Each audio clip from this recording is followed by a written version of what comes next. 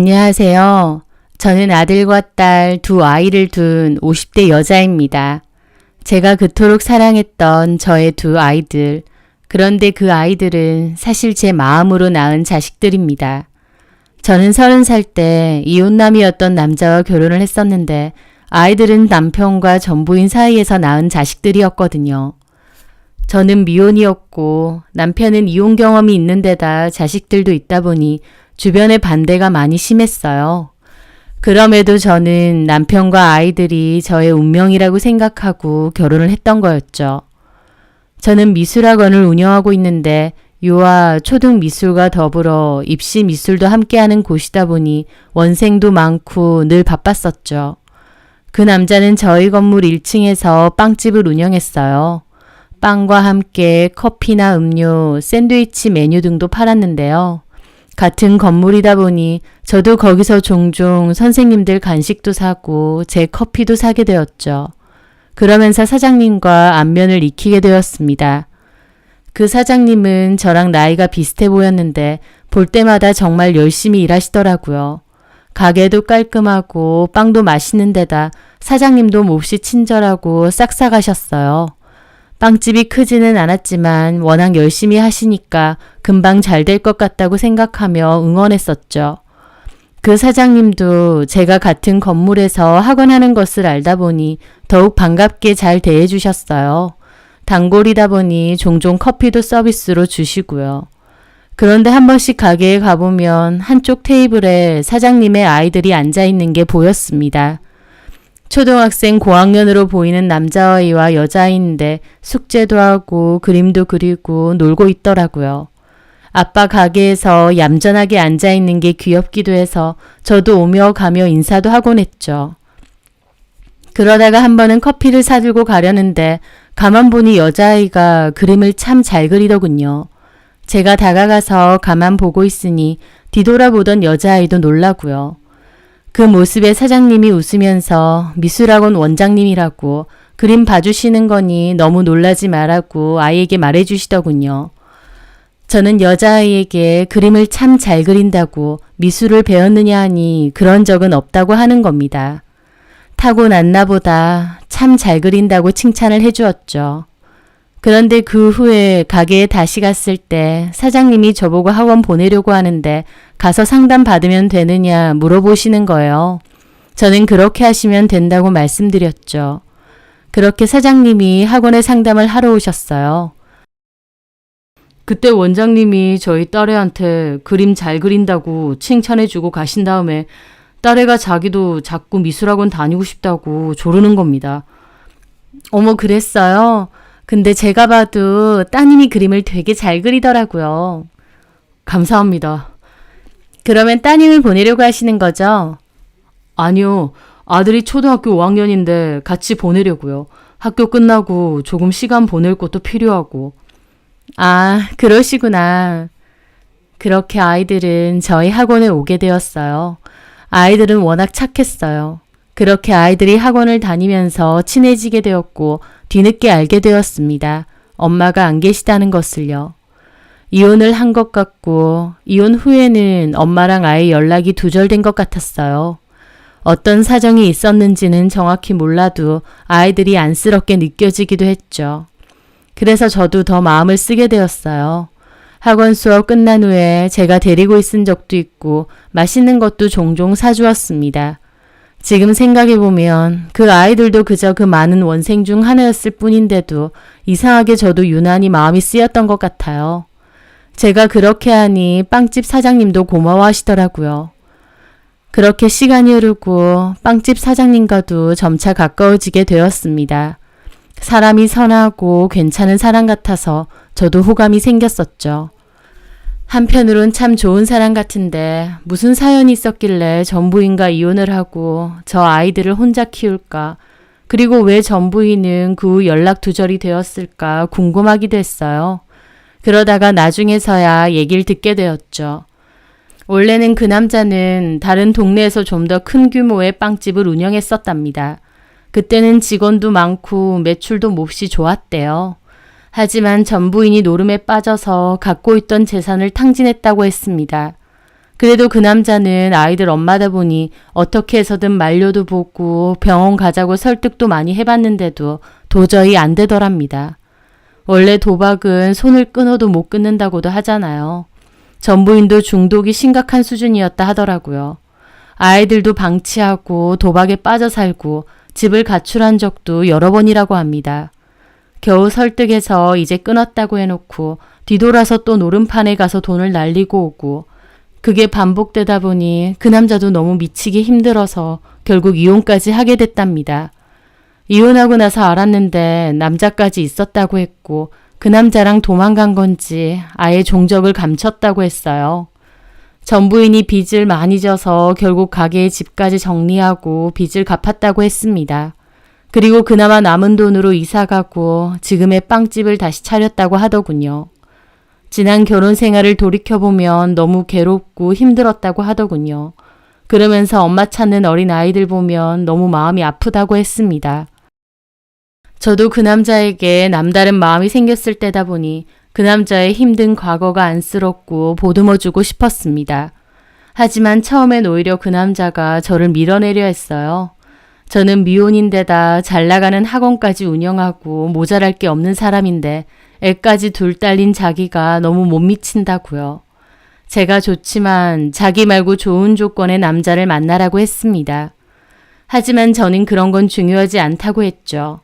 그 남자의 마음 씀씀이와 댐댐이를 지켜봤고 책임감 강하고 성실한 사람인 것도 잘 알았으니까요. 게다가 그 남자 못지않게 아이들도 눈에 밟혔고요. 그 남자는 저한테 너무 고맙고 미안해했고 그렇게 저희는 좋은 만남을 이어오다가 결혼까지 하게 되었습니다. 아이들도 다행히 저를 새엄마로 잘 받아들여줬어요. 저도 아이들에게 두 번의 상처는 주고 싶지 않고 친엄마 이상으로 자라고 싶더군요. 살면서 제가 아이들의 새엄마다 이렇게 생각한 적 없습니다. 그냥 내 속으로 낳은 자식이라 생각하고 대했어요. 늘 아이들 편에 서서 아이들을 보살폈고 제 마음을 다해가며 키웠습니다. 엄마기 때문에 잘못했을 때는 엄하게 꾸짖었고 올바른 길, 제대로 된 길로 갈 수 있도록 노력했습니다. 그렇다 보니 아이들도 저를 엄마로 대했지 새엄마나 이방인으로 생각하지 않았어요.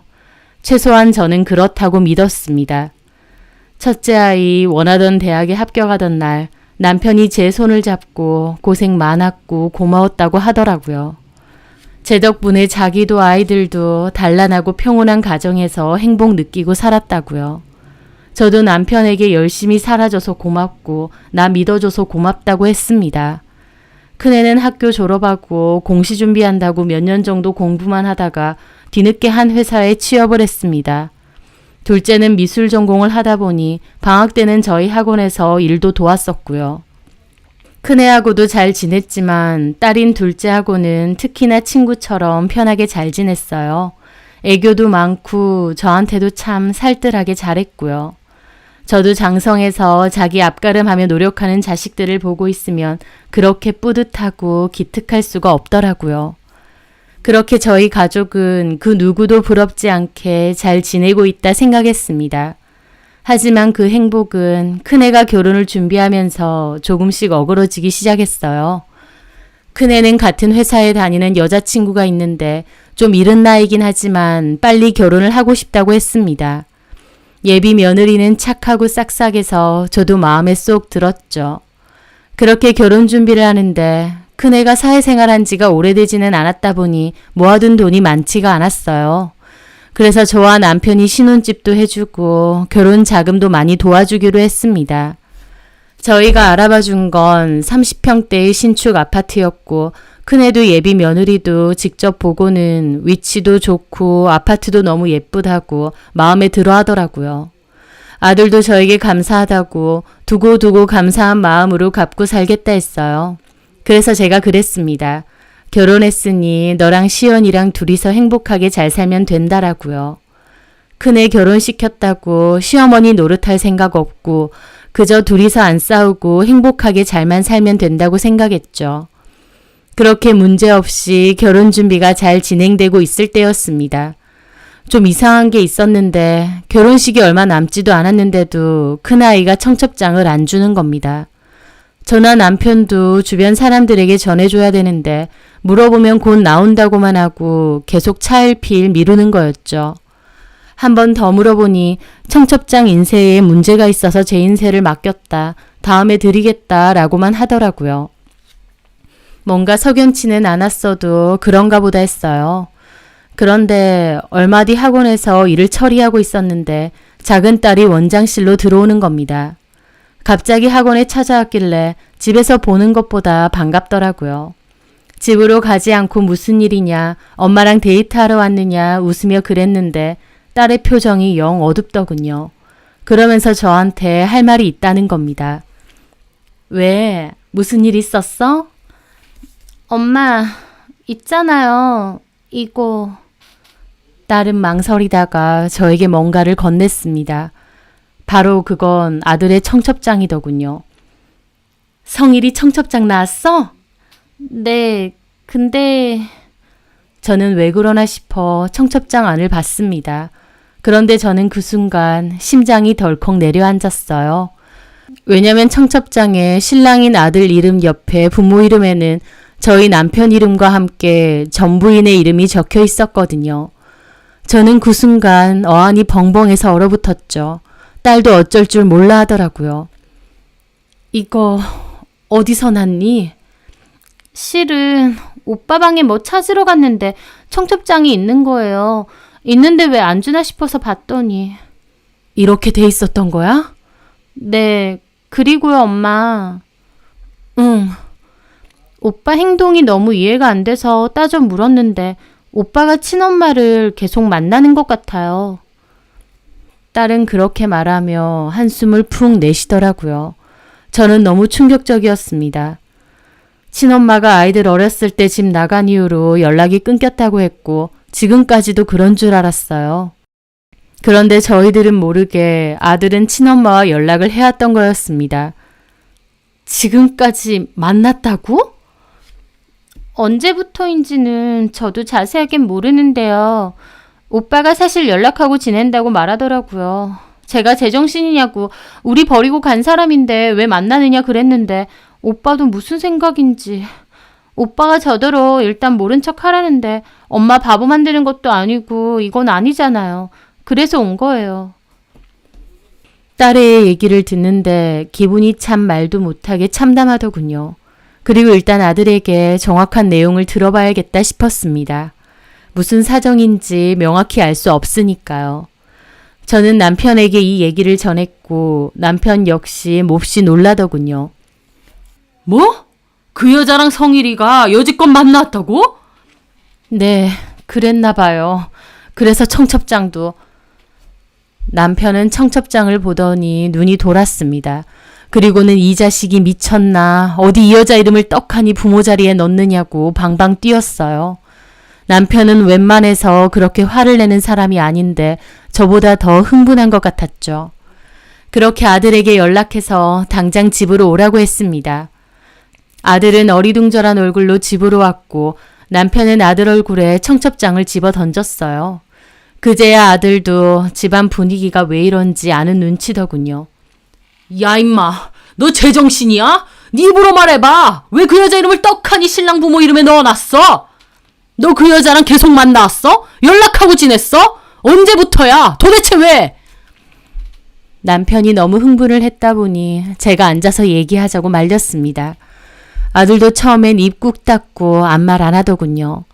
남편이 말해보라고 계속 소리를 지르니까 아들이 한다는 소리가 허락해 주세요. 제 결혼식에는 친어머니 앉히고 싶습니다. 라는 겁니다. 저 그 말을 아들 입으로 듣는데 억장이 무너지더군요. 제가 충격을 받아서 아무 말도 못하고 있고 남편은 테이블 위에 각 티슈까지 아들에게 집어던졌어요. 뭐가 어째? 허락! 니네 엄마가 니네를 어떻게 키웠는데 온갖 정석으로 이때까지 키워놨더니 결혼식에는 친어머니를 앉히고 싶어? 네가 사람 새끼냐? 그랬더니 아들이 저를 보고 그러는 겁니다. 네, 저 키워주셔서 감사해요. 정말요. 근데 어찌됐든 저 낳아주신 친엄마는 아니시잖아요. 라는 겁니다. 저는 너무 황망한 기분에 더 이상 말도 안 나오고요. 딸도 방에 있다가 나와서 오빠 미쳤느냐고 엄마한테 미안하지도 않느냐고 소리 지르는데 아들은 아버지나 수아나 친어머니 입에 거론하는 것도 싫어하는 거 아는데요. 그래도 저는 친어머니 외면 못하겠습니다. 반성 많이 하셨고 외롭게 사셨어요. 큰 거 바라는 것도 아니고 아들 결혼하는데 혼주 자리에 앉아서 결혼식 보고 싶으시대요. 그거 하나면 된대요. 어려운 부탁도 아니고 그 정도는 자식된 도리로 해드리고 싶어서 그랬어요. 그 말에 남편 못 참고 아들 뺨 내리쳤습니다. 자식된 도리? 자식된 도리를 어디다가 하고 있어? 10살, 8살 된 어린애들 놔두고 도박질하고 바람나서 도망갔던 게 너네 친엄마라는 인간이야. 집에 있는 재산 다 말아먹고도 뻔뻔하게 내가 뭘 잘못했느냐 큰 소리치고. 그것도 모자라서 자식이고 뭐고 필요 없다고 이혼하자마자 남은 돈 훔쳐들고 도망간 게 너네 친엄마라는 작자라고. 너 친엄마가 너한테 뭘 해줬는데? 너한테 뭘 해준 게 있다고 네가 그쪽 가서 자식된 도리를 챙기겠다는 거야? 너 이 나이까지 키우고 돌봐준 사람이 누군지 몰라서 이래? 알아요. 충분히 감사하게 생각합니다. 근데요, 제 마음이 그래도 친엄마 생각하면 안타깝고 신경이 쓰이는 걸 어떻게 해요? 엄마는 꼭 혼주 자리에 안 앉으셔도 아무 문제 없잖아요. 나중에 수아 결혼할 때 앉으셔도 되고요. 엄마는 남편도 있고 엄마 바라기인 딸도 있잖아요. 근데 저희 친엄마는 아무것도 없단 말이에요. 가진 것도 없고 얼마나 쓸쓸하고 안쓰러우신지. 청첩장하고 혼주 자리만 앉혀드리고 싶은 건데 그게 그렇게 어려운 일은 아니잖아요. 아들은 제 앞에서 눈물까지 찔끔이며 자기 친엄마가 안쓰럽다고 소리 지르더라고요. 검은 머리 짐승 거두는 거 아니라는 말 주변에서 들을 때마다 저희 아이들 그런 애들 아니라고 화냈습니다. 둘 다 제 친자식이나 다름없었고 아이들 잘 키워보려고 남편과 자식 계획도 차단했어요.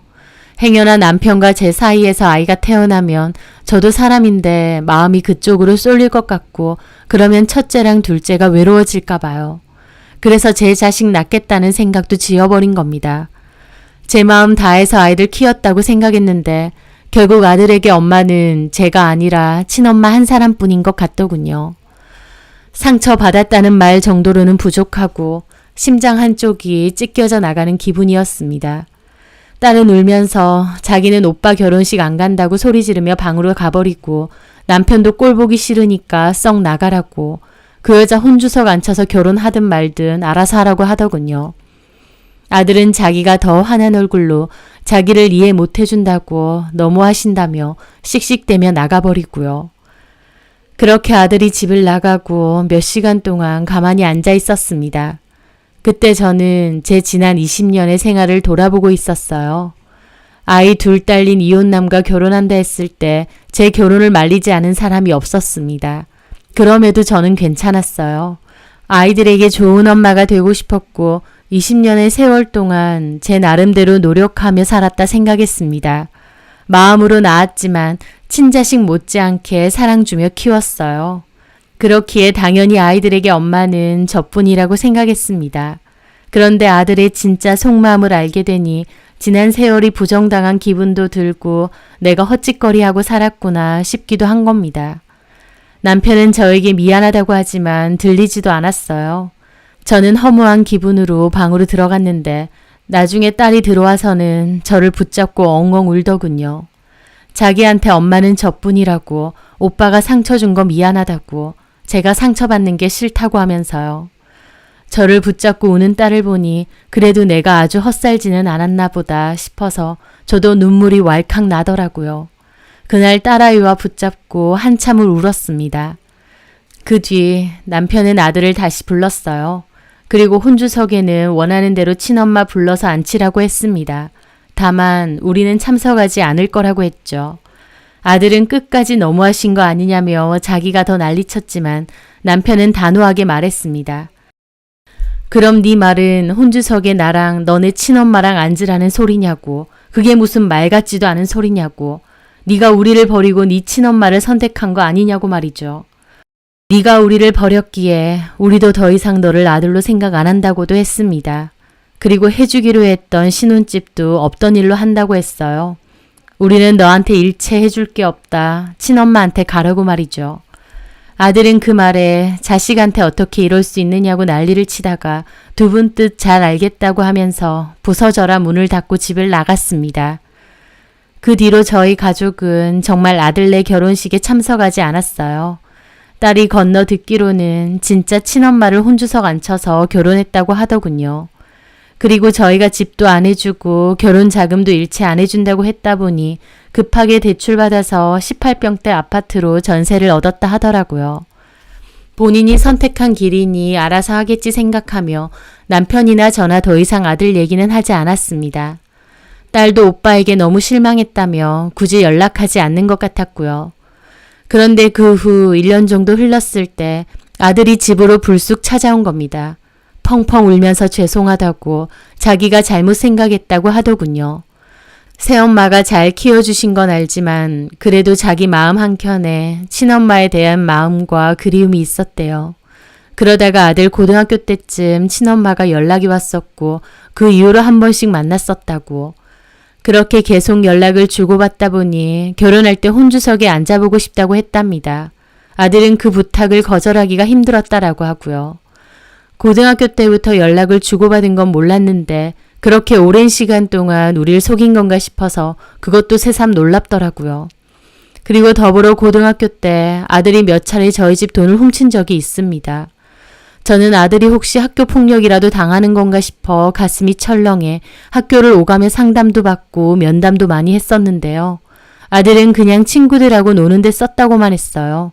다시는 돈 훔치지 말라고 따끔하게 혼내켰었는데 이제 와서 얘기를 종합해보니 자기 엄마한테 갖다 준 돈이었더군요. 자식 버리고 집 나갈 땐 언제고 자식 시켜서 집에서 돈 들고 오라는 엄마가 제정신입니까? 그럼에도 아들은 저희 집 돈 훔쳐서 갖다 주고 대학생 때도 알바한 돈 갖다 주고 그랬나 보더군요. 어쨌든 그렇게 결혼을 했는데 친엄마가 가진 핑계로 돈 요구하고 갑자기 집에 수시로 드나들면서 며느리한테 시집살이까지 시키려 했답니다. 그걸로 아들 부부 사이도 1년 만에 이혼 얘기까지 오갈 정도로 안 좋아지고요. 계속 돈 뜯기다가 돈 때문에 자기한테 왔다는 걸 뒤늦게 깨닫게 됐다고 친엄마라는 사람한테 정 떨어지고 신물이 난다고 했습니다. 한번 버린 것도 모자라 어떻게 자식인 자기한테 이럴 수 있느냐며 저희한테 하소연을 하는 겁니다. 하지만 아들이 뭐라고 하든 저나 남편은 냉담했어요. 그리고 아들에게 더 이상 오지 말고 돌아가라고 했습니다. 아들은 저에게 용서해달라고 했어요. 자기가 어리석어서 가족까지 잃었다고 하면서요. 하지만 저는 그러고 싶은 마음이 없었습니다. 아들이 저 붙잡고 잘못했다 하길래 제가 단호히 그랬습니다. 성일아, 사람 마음을 얻는다는 게 얼마나 어려운 건지 아니? 내가 네 새엄마가 된다고 결심했을 때는 너네가 나를 받아들일 수 있게끔 나도 많은 노력을 한 거야. 그런데 성일이 네가 그럼에도 네 엄마는 친엄마라고 했을 때 나도 더 이상은 이제 너에게 마음 쓰고 노력하지 않기로 했다. 친엄마라서 피가 땡기고 신경 쓰이는 거 그거 어쩔 수 없다고 하면 나도 더는 할 말 없다. 그러니까 가서 친엄마 잘 모시고 살아.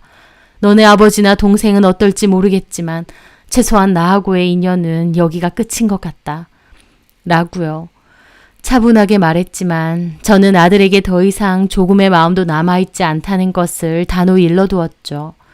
제 말에 아들은 충격받은 표정이더군요. 저는 아들을 외면하고 방으로 들어갔고 아들도 한참 우두커니 있다가 결국 집으로 돌아갔습니다. 친엄마와 아들이 아니다 보니 저희 사이에는 더 많은 노력과 시간이 필요했었어요. 하지만 아들의 행동으로 저도 더 이상 노력하고 마음 써야 될 이유가 없어졌습니다. 그리고 아들이 저렇게 하는 것도 한편으론 결국 저희 재산 때문인 것 같기도 했어요. 저희가 돈이 없고 오히려 본인이 책임져야 될 상황이라면 이렇게까지 하진 않을 것 같더군요. 한편으론 이런 것까지 친엄마가 시켰나 싶기도 하고요. 그래서 저희는 많은 대화 끝에 딸의 앞으로 상당 부분 재산을 증여 처리하기로 했습니다. 그래야 나중에라도 저희 재산으로 유류분 소송이니 뭐니 못할 것 같아서요.